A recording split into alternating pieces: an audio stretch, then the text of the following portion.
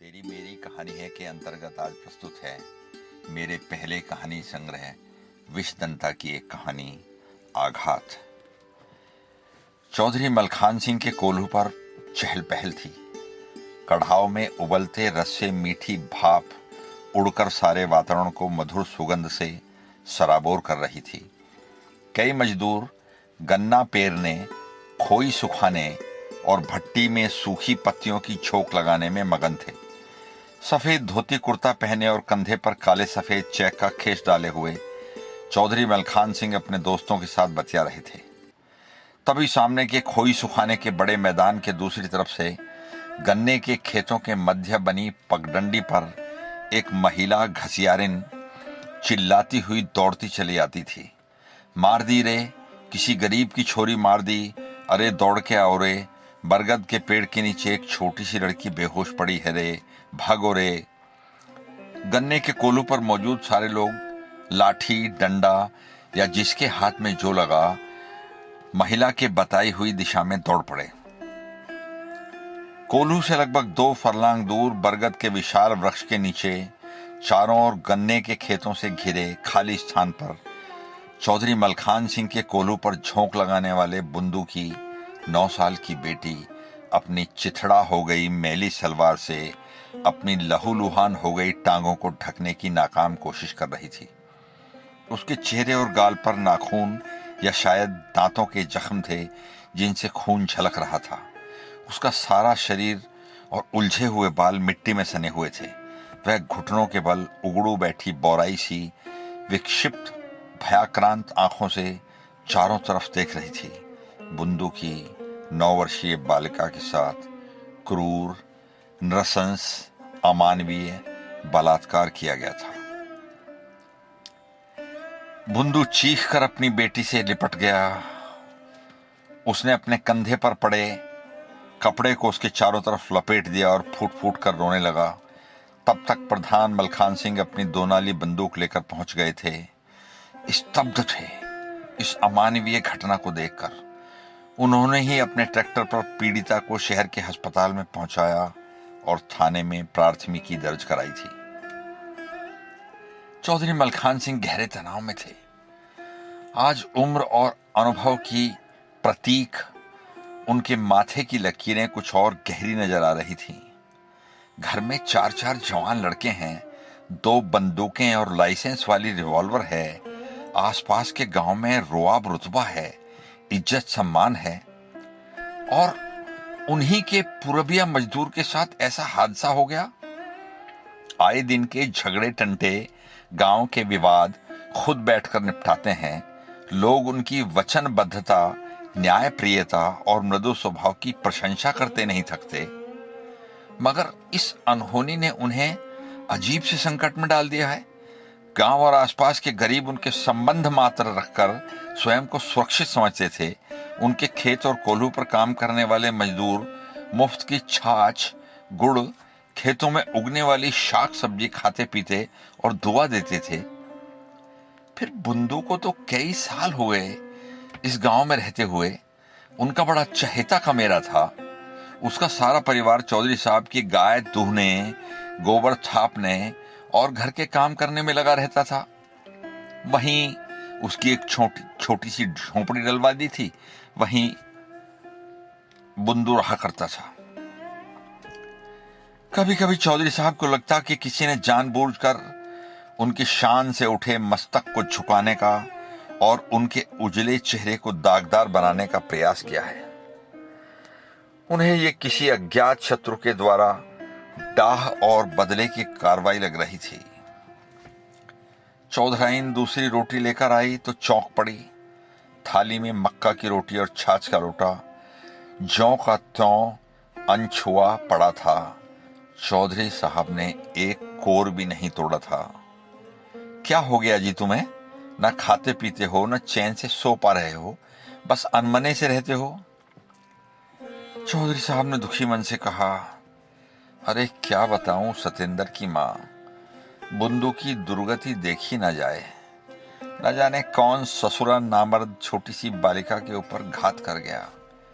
हमारे गांव में तो ये कर्म कभी हुए नहीं थे। पर अब ये क्या आ गया, कौन आ गया? तुम अपनी सेहत मत बिगाड़ो जी, सब ठीक हो जाएगा, मरा कभी ना कभी तो आएगा पुलिस के शिकंजे में अपराधी।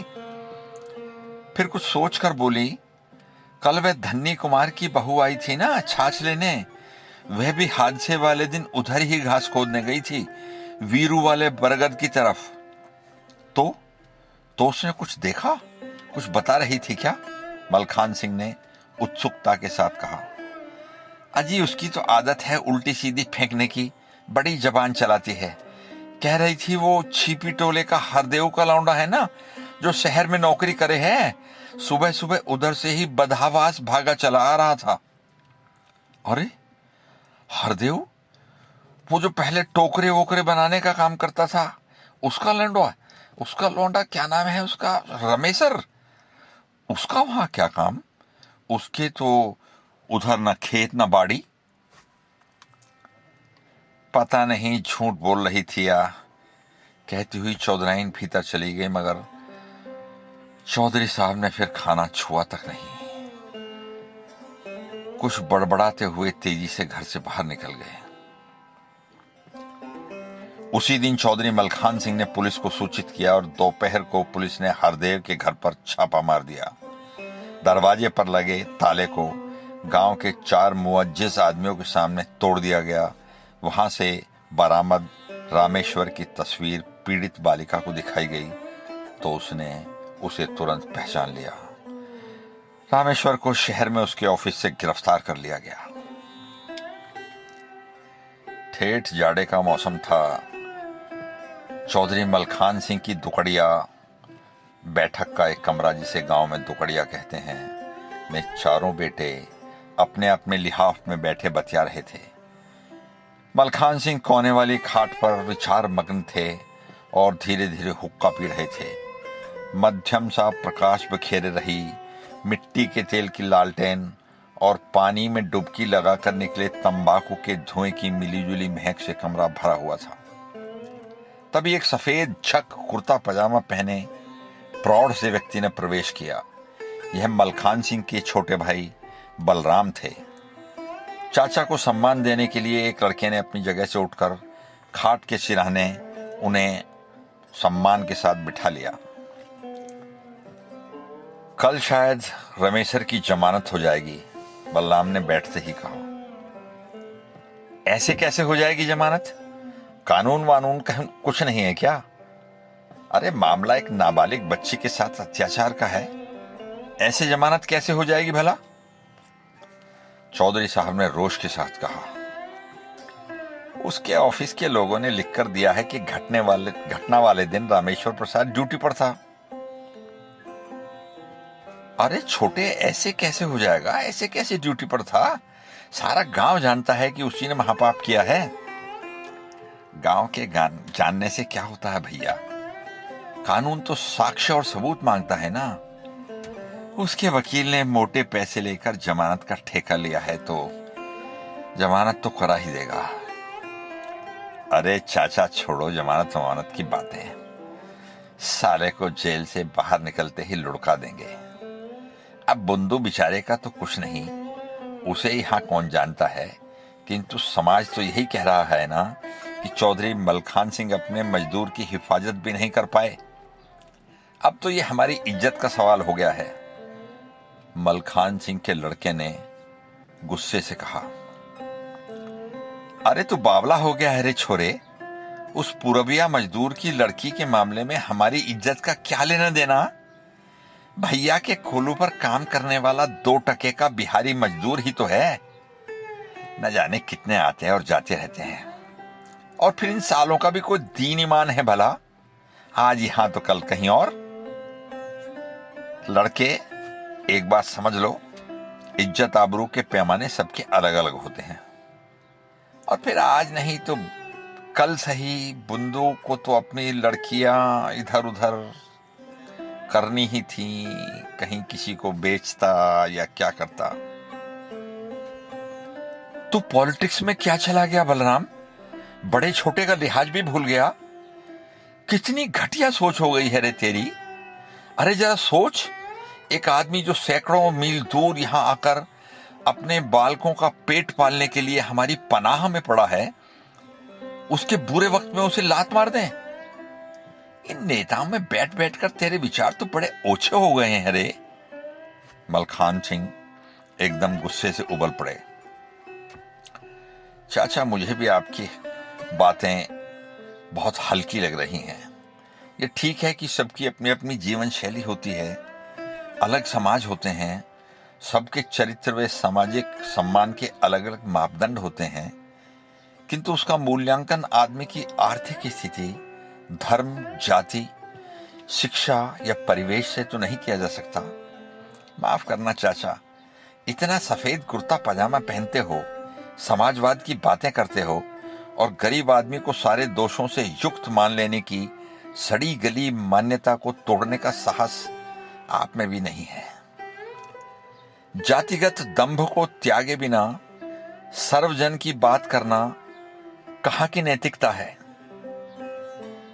मलखान सिंह का छोटा लड़का जो शहर में हॉस्टल में रहकर पढ़ता था, सतेंद्र उसका नाम था, उसने कहा, मुझे राजनीति सिखाने की कोशिश मत कर छोरे, अभी पढ़ा है, गुणा नहीं है।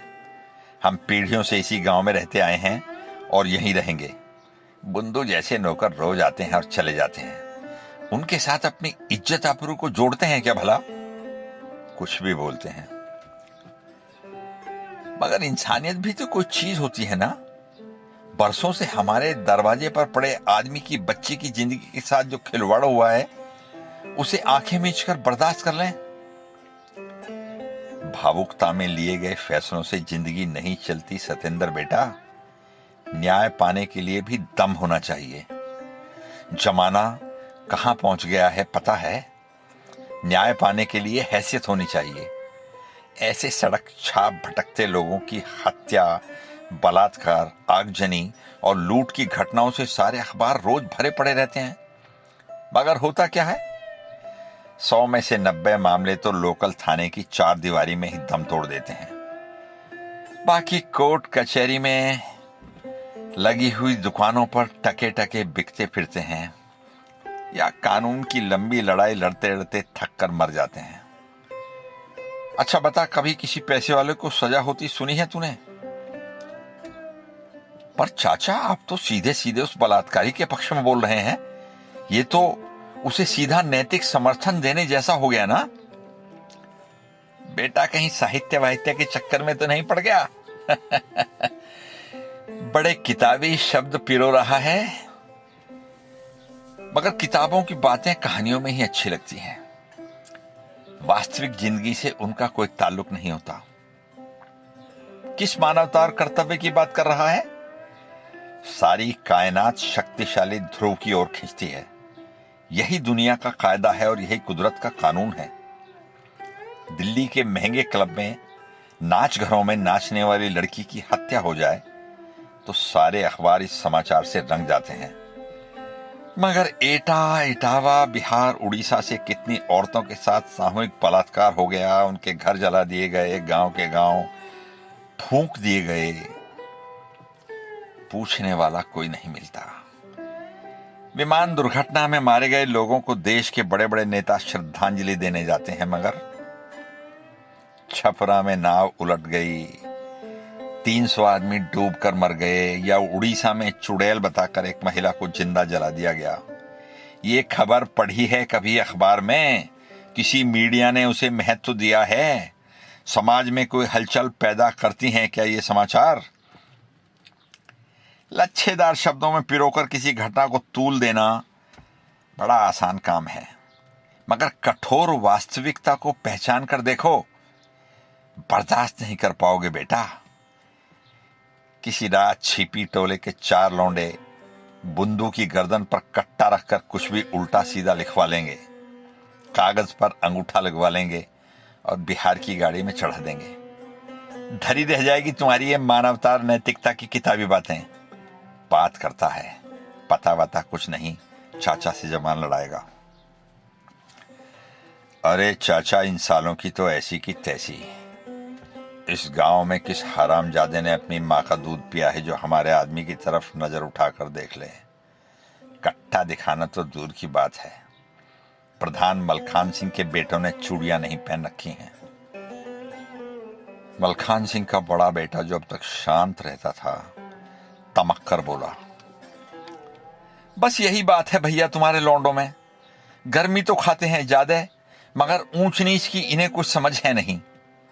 बलराम अपनी योजना पर पानी फिरता देखकर एकदम सुर बदल कर बोला, इसीलिए तो मामला वहीं का वहीं लटका पड़ा है।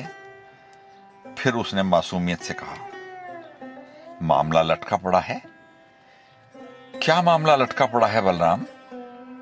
अरे तू कहना क्या चाहता है छोटे, जरा खुलकर बता, तेरे मन में है क्या? इतनी देर से पहेलियां क्यों बुझा रहा है मलखान सिंह? मलखान सिंह ने छोटे भाई को वात्सल्य और आत्मीयता के साथ अपने पास बिठाकर पूछा, क्या बताऊं भैया, आप तो एकदम सीधे साधे आदमी हैं और आपके बालक हैं एकदम अड़ियल, भैंसे की तरह सीधी लकीर पर चलना जानते हैं। पर हर बात तो मुठमर्दी से नहीं चलती ना। अब देखो ना भैया, छोटी सी घटना को छिपी टोले के लोग इशू बनाकर बैठ गए हैं। आप भी इन बालकों की बातों में आ जाते हैं और मैं क्या चाहता था, क्या सोचता था, ये तो आपने जानने की कोशिश ही नहीं की और बेकार की बहस होने लगी। छोटी सी घटना? 9 साल की बच्ची का रेप आपके लिए छोटी सी घटना है? तू चुप रहे सतेंद्र, बलराम को बोलने तो दे। मलखान सिंह ने अपने छोटे बेटे को चुप करा दिया। बलराम दोबारा बोलने लगा, परसों बुलाया था छिपी टोले वालों ने मुझे भैया, उन्होंने बुलाया था और तू चला गया। अब जाना भी पड़ता है भैया, गांव समाज का मामला है। अच्छा फिर बता, क्यों बुलाया था उन्होंने तुझे?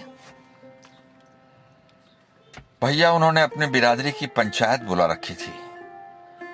उनके समाज के आसपास के गांव के सभी बुजुर्ग पंचायत में शामिल थे।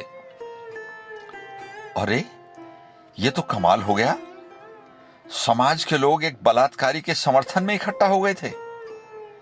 आखिर जमाना कहां का कहां पहुंच गया है रे। हमारे जमाने में तो नीच कर्म करने वाले ऐसे लोगों को गांव बिरादरी से बाहर का रास्ता दिखा देते थे। भैया वे तो आपको भी बुलाना चाहते थे पंचायत में सम्मान के साथ, मगर आप उस दिन बाहर गए हुए थे। मैं होता और वो बुलाते तब भी न जाता। खैर आगे बता, आखिर वो लोग हमसे चाहते क्या हैं? असल में बात यह है भैया, वो समझौता करना चाहते हैं। वे चाहते हैं कि कुछ ले देकर मामला शांत हो जाए। लगे हाथ ये भी पूछ लेते चाचा कि वे क्या कीमत लगाते हैं अपनी बहन बेटियों के। छोटा लड़का सतेंद्र फिर बीच में बोल पड़ा, जब बड़े बात करें तो बीच में अपनी टांग नहीं अड़ाते। मैंने तुझे गोद में खिलाया है सतेंद्र, और तू मुझे ही जबान लड़ाने चला। बलराम काम बिगड़ता देखकर उखड़ गए। जब बोलने का ही हक नहीं है तो फिर यहां बैठने का क्या फायदा।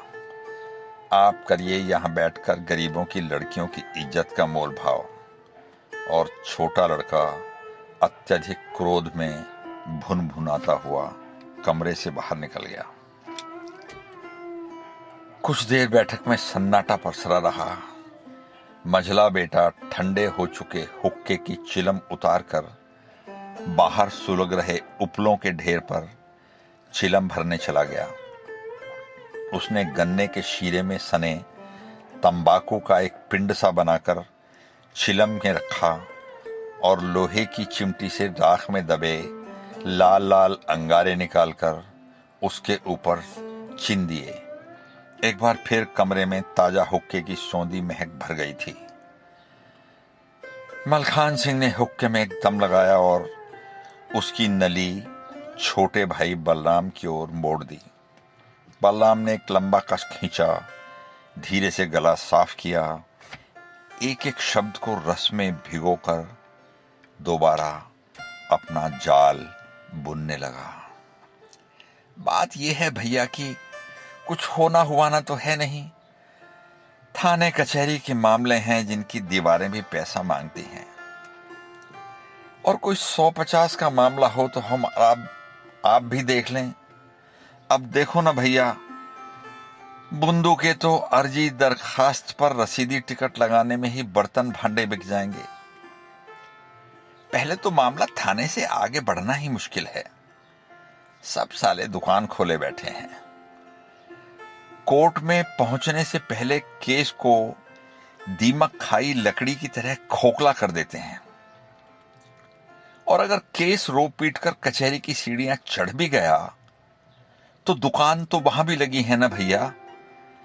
हजारों रुपए तो वकील अदालत में खड़े होने के मांगता है। बुंदू के घर से लेकर अदालत तक जहां सौदा पट गया वहीं मामला टाँटाए फिश, और भुक्कड़ बुंदू लुट पिट कर अपने घर बैठ जाएगा या अपने गांव भाग जाएगा। सो भैया, बात का निचोड़ यह है कि रामेश्वर शहर में अच्छी नौकरी करता है। उसके बाप हरदेव के पास भी 2 पैसे का जुगाड़ है। उनका कहना है कि मामले आगे बढ़ा तो लड़के की नौकरी तो गई समझो। अब हो गई गलती लड़के से, हो जाती है इस उम्र में ना समझी, तो अब बात को ज्यादा तूल देने का क्या फायदा। इसलिए ऐसा काम कर लेते हैं कि सांप भी मर जाए और लाठी भी ना टूटे, रामेश्वर की नौकरी भी बची रहे और बुंदू को भी 2 पैसे मिल जाएं। मगर बलराम, जिसने बुरा काम किया है उसे सजा तो मिलनी चाहिए ना। सजा? हाँ, क्यों नहीं। अब ये पैसे धेले का खर्च भी तो एक बार की सजा ही है। इसे जुर्माना समझ लो, और आप कहें तो गांव समाज के सामने ससुरे से माफी मंगवा देते हैं। क्या बात है बलराम, तू उन अपराधियों के इतनी नजदीक कैसे पहुंच गया? उनकी इतनी तरफदारी क्यों कर रहा है?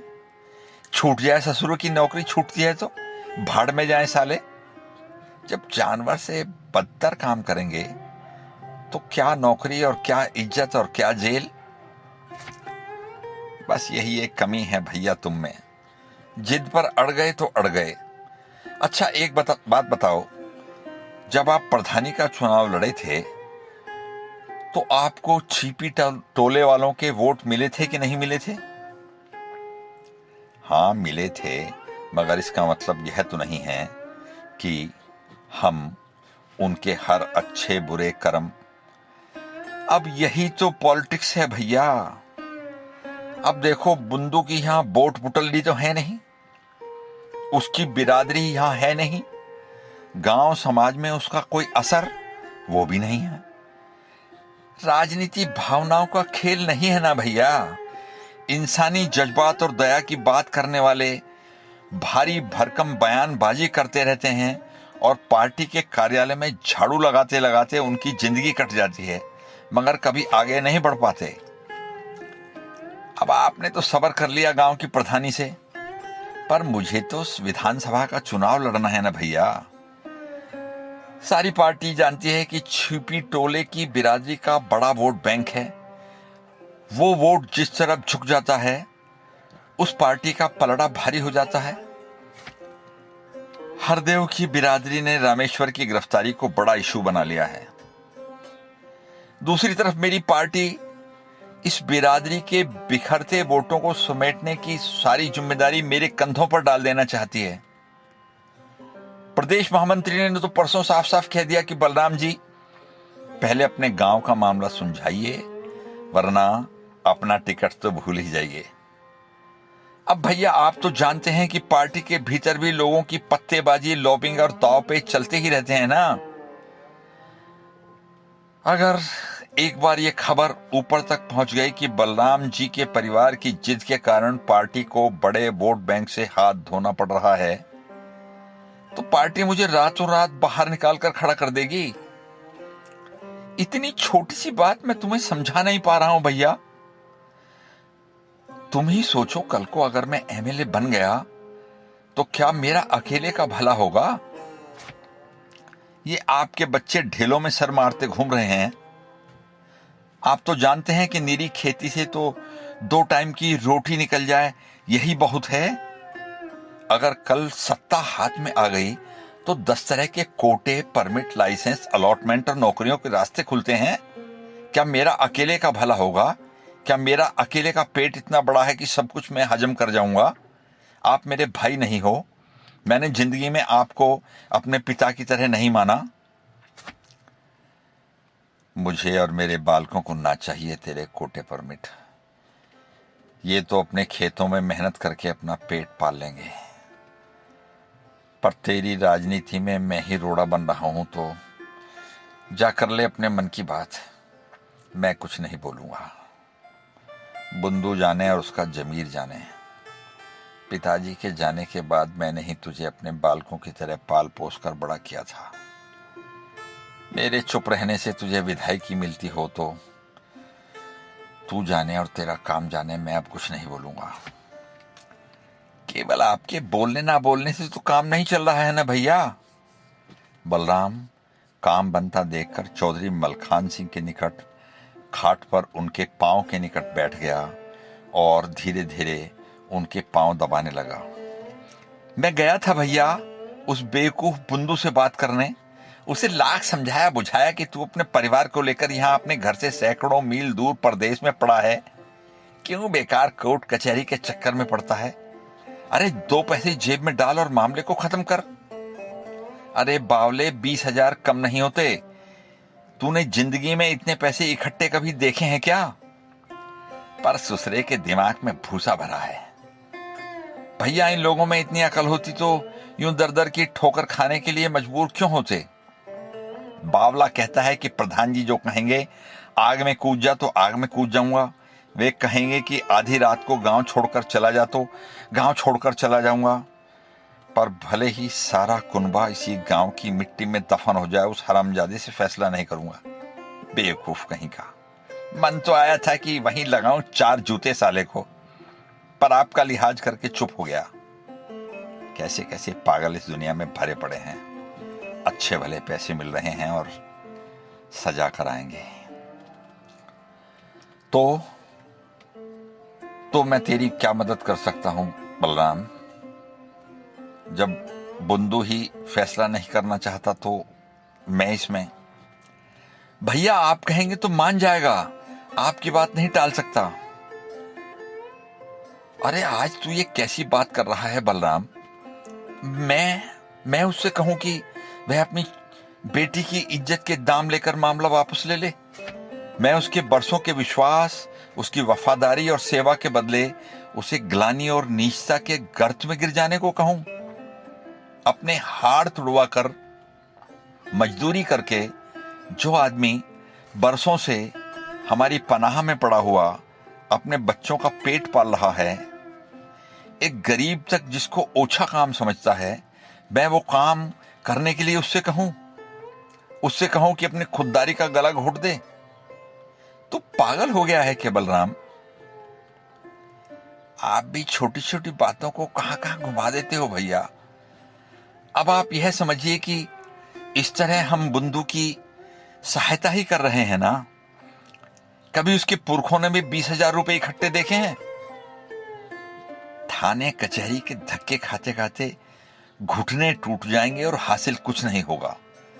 आखिर में वही होगा कि लड़के की भले ही नौकरी चली जाए मगर बाइज्जत छूटकर बाहर आ जाएगा। आप कानून के दावपेच तो जानते ही हैं। मेरी समझ में ना आई तेरी ये पाप लीला बलराम। अगर पॉलिटिक्स में इतने पाप भरे पड़े हैं तो छोड़ इस कुत्ता खचेड़ी को और अपनी खेती बाड़ी में मन लगा। छोड़ देता हूं भैया, सब छोड़ देता हूं। ये गांव भी छोड़ देता हूं। जब तुम ही नहीं चाहते कि मेरा मान सम्मान हो तो गांव में रहने का क्या फायदा? ढूंढ लेना मुझे किसी कुआखाती में। कहते हुए बलराम ने अपना आखिरी पत्ता फेंका और रुआंसा सा होकर उठ खड़ा हुआ। मैं तुझे गांव छोड़ने को थोड़ी कह रहा हूं बावले, तू तो छोटी छोटी बातों पर बालकों की तरह ठुपकने लगता है। अच्छा बता क्या करने को कहता है तू मुझे? जब बुंदू ने तेरी बात ही नहीं मानी तो मेरी बात ही क्या मान लेगा? अब तो जिद करता है तो उससे पूछ कर देख लेता हूं। करना वरना कुछ नहीं है भैया, सब इंतजाम हो चुका है। बलराम अपना काम बनता देखकर पुनः अपने स्थान पर बैठ गया और बड़े उत्साह के साथ कहने लगा, मैं तो खुद ही नहीं चाहता कि किसी के साथ जाती हो, सबको न्याय मिलना चाहिए। वो छिपी टोले वाले तो थोड़े से पैसे देकर ही मामले को निपटा देना चाहते थे, पर मैंने साफ कह दिया कि 20,000 से कम बात नहीं बनेगी भैया। बेचारे बिंदु का कुछ तो काम चले। ये 10-10 हजार रुपए के 2 पैकेट हैं, आप बिंदु को दे दीजिए, खाए पिए ऐश करे, बस कोर्ट की तरफ न जाए, बस बात खत्म हो गई। ठीक है, मैं उससे बात करके देख लूंगा। चौधरी मलखान सिंह अनमने से बेमन से बोले। देखोगे कब भैया? सुबह ही तो तारीख है। सुबह तड़के मुंह अंधेरे शहर के लिए निकलना होता है। फिर आपको भी क्या उससे बात करनी पड़ेगी? बस उससे कह भर दीजिए, फिर उसकी क्या मजाल कि आपकी बात को टाल दे। आपको अभी जाना पड़ेगा भैया, बस उससे पैसे दे दीजिए और समझा दीजिए कि शांति के साथ अपने बालकों को पाले और कोर्ट कचहरी की तरफ न जाए। चौधरी मलखान सिंह ने एक बार बेबसी के साथ अपने भाई की तरफ देखा, फिर पैसे हाथ में लेकर संकोच के साथ उठे, कंधे पर चादर डाली और मन मन के कदम रखते हुए दुकड़िया से बाहर निकल गए। उनकी बैठक से थोड़ी दूर धान के खेत के उस पार कच्ची दीवारों पर फूस का छान डालकर बुंदू ने अपनी छोटी सी झोंपड़ी बना रखी थी। झोंपड़ी में मिट्टी के तेल की ढिबरी जल रही थी। दरवाजे के स्थान पर एक सरकंडे का टट्टा खड़ा हुआ था, जो इस समय दरवाजे के एक तरफ रखा था और दरवाजा खुला हुआ था। चौधरी साहब ने झोंपड़ी के सामने जाकर धीरे से गला साफ किया और बुंदू को आवाज लगाई। वो तो नहीं है जी, खेत की तरफ गए हैं। रात में नीलगाय खेतों को चरने आ जाती है ना, उन्हें भगाने के लिए एक बार खेतों की तरफ जाते हैं। नारी स्वर सुनाई दिया। कुछ पल चौधरी साहब असमंजस में खड़े रहे, फिर कुछ सोचकर बोले, सुन लाली, ये पैसे रख ले। बुंदू से कहना कि मैं आया था, सुबह हरसा वाले खेत में हल चला लेगा। अब कोर्ट कचहरी को रहने दे, कुछ फायदा नहीं है धक्के खाने का। बस उसे समझा देना बेटा। मैं चौधरी साहब बुंदू की बीवी के जेब में हाथ में झोली में पैसा डालकर लंबे लंबे डग भरते हुए लौट आए। सुबह गजब की ठंड पड़ी थी। ईख की सूखी पत्तियों पर, कूड़े के ढेरों पर और छान छप्परों पर पाले की सफेद चादर जम गई थी। चौधरी साहब रोज सुबह जल्दी उठकर खेतों की तरफ सैर करने चले जाते थे, मगर भारी अपराध बोध के कारण आज रात सो नहीं पाए। एक कांटा सा रात भर उनके दिल में चुभता रहा। रात के तीसरे पहर आंख लग पाई थी, इसलिए देर तक सोते रहे। बाहर चमकता सूरज निकल आया था। उन्होंने करवट बदली तो कोई सख्त सी चीज उनकी पसलियों में चुभ रही थी। उन्होंने चौंक कर पुटलिया की वस्तु को उठा लिया। 100 रुपए के नोटों के वही 2 पैकेट मैले के कपड़े के चिथड़े में बंधे हुए उनके बिस्तर पर पड़े थे। तभी भड़ाक से दरवाजा खुला और बलराम ने प्रवेश किया। सब ठीक हो गया है भैया, टंटा ही कट गया ससुरे का। आप भी बेकार असमंजस में पड़े थे, दिखा दी ना नीच ने अपनी औकात। 20,000 मिलते ही झोंपड़ी में आग लगाकर रात को ही रफू चक्कर हो गया ना लायक। मैं पहले ही ना कहता था, ये साले किसी के सगे नहीं होते। 20,000 रुपए मिलते ही भाग गया। चौधरी मलखान सिंह सोच रहे थे कि उनसे जीवन में कितना बड़ा पाप हो गया है। बुंदू का मौन प्रतिघात एक जंग लगी कील बनकर जीवन भर उनके हृदय में धंसकर वेदना देता रहेगा।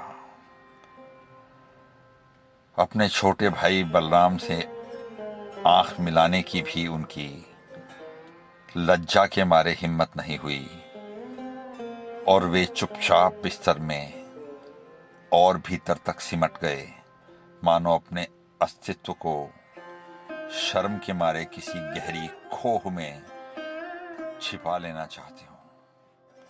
धन्यवाद, नमस्कार।